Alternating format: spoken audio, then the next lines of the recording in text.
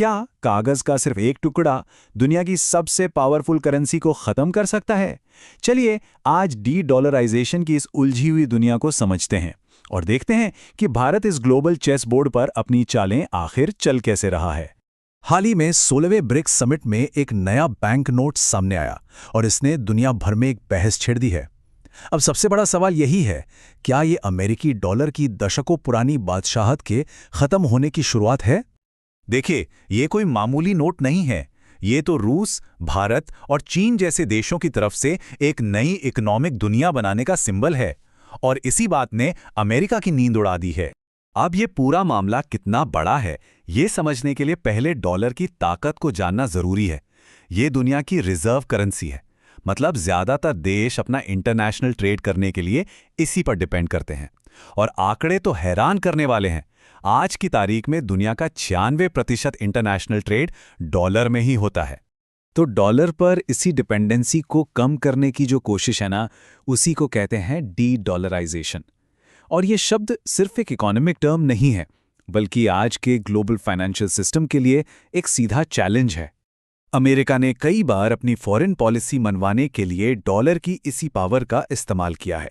Swift जैसे global banking system पर उसका कंट्रोल है और इसके जरिए वो किसी भी देश को इंटरनेशनल ट्रेड से बाहर का रास्ता दिखा सकता है। हमने वेनेजुएला, सीरिया और अभी हाल ही में रूस के साथ बिल्कुल यही होते हुए देखा। लेकिन डॉलर की इस मोनोपोली को चैलेंज करना कोई बच्चों का खेल नहीं है। हिस्ट्री उठाकर देखें तो पता चलता है कि जिसने भी डॉलर की बादशाहत को सीधी टक्कर देने की कोशिश की, उसे इसके बहुत गंभीर नतीजे भुगतने पड़े हैं। दो देशों के उदाहरण इस बात की एक बड़ी चेतावनी देते हैं कि डॉलर सिस्टम को बाईपास करने की कोशिश का अंजाम कितना खतरनाक हो सकता है। जैसे 2011 में लीबिया पर नाटो के हमले को लीजिए। दुनिया को बताया गया कि ये मानवाधिकारों के लिए, लेकिन कई एक्सपर्ट्स का मानना है कि असली वजह कुछ और ही थी। असली मकसद था गद्दाफी के उस प्लान को रोकना जिसमें वो डॉलर को टक्कर देने के लिए सोने पर बेस्ड एक नई अफ्रीकी करेंसी बनाना चाहते थे। और कुछ ऐसा ही हमें इराक में भी देखने को मिला। इराक पर हमले की वजह बताई गई वेपन्स ऑफ मास डिस्ट्रक्शन। लेकिन एक बहुत ही इंटरेस्टिंग बात यह है कि यह हमला ठीक तब हुआ जब सद्दाम हुसैन ने तेल बेचने के लिए डॉलर की जगह यूरो लेना शुरू कर दिया था। और यहीं से कहानी आती है भारत पर। भारत इस ग्लोबल चेस बोर्ड पर बहुत शांति से लेकिन बड़ी समझदारी से अपनी चालें चल रहा है। ये सारे कदम पहली नज़र में डी डॉलराइजेशन की एक सोची समझी स्ट्रैटेजी लगते हैं, पर शायद इसका असली मकसद वो नहीं है जो ऊपर से दिखाई दे रहा है। तो आइए भारत की इस स्ट्रैटेजी को 3 हिस्सों में तोड़कर समझते हैं। पहला, बड़े पैमाने पर सोना खरीदना। दूसरा, दूसरे देशों को कर्ज देकर अपना फाइनेंशियल दबदबा बढ़ाना। और तीसरा, अपनी करेंसी यानी रुपए में इंटरनेशनल ट्रेड का एक पूरा सिस्टम तैयार करना। और यहाँ जो बात सबसे ज्यादा चौंकाने वाली है वो है इसका स्केल। आरबीआई ने सिर्फ 1 साल के अंदर अपने सोने की खरीद 4 गुना बढ़ा दी। 4 गुना! ये कोई आम खरीदारी नहीं है, ये साफ साफ एक स्ट्रेटेजिक तैयारी का इशारा है। लेकिन यहीं पर एक बड़ा सवाल खड़ा होता है।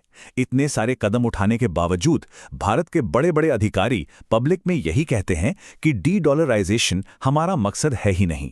तो फिर पर्दे के पीछे चल क्या रहा है? इसका जवाब अमेरिका को हटाने में नहीं है, बल्कि ये पक्का करने में है कि अमेरिका की जगह कोई और पावर ना ले ले। सोचिए, अगर डॉलर कमजोर होता है तो दुनिया में एक पावर वैक्यूम बन जाएगा, एक खाली जगह। और उस जगह को भरने के लिए चीन अपनी करेंसी युआन के साथ पूरी तरह तैयार बैठा है। और भारत चीन के जो रिश्ते हैं उन्हें देखते हुए भारत के लिए ये सिचुएशन बिल्कुल भी मंजूर नहीं होगी। तो यहाँ सबसे ज़रूरी बात समझने वाली ये है कि भारत की स्ट्रैटेजी सिर्फ डॉलर को गिराने तक सीमित नहीं है, ये उससे कहीं ज़्यादा गहरी और चालाकी भरी है। इसका मकसद एक सुपर पावर को हटाकर दूसरी को लाना नहीं है। और यही बात भारत के लॉन्ग टर्म विजन को ब्रिलियंटली दिखाती है। जैसा कि विदेश मंत्री एस जयशंकर कहते भी हैं, मकसद एक ऐसी दुनिया बनाना है जहां पावर के कई सेंटर्स हों, ना कि एक राजा को हटाकर दूसरे को गद्दी पर बिठाना। तो मतलब ये हुआ कि डी डॉलराइजेशन तो सिर्फ एक टूल है, एक जरिया है। असली मंजिल तो एक ऐसी दुनिया बनाना है जहां भारत खुद एक ग्लोबल सुपर पावर के तौर पर खड़ा हो।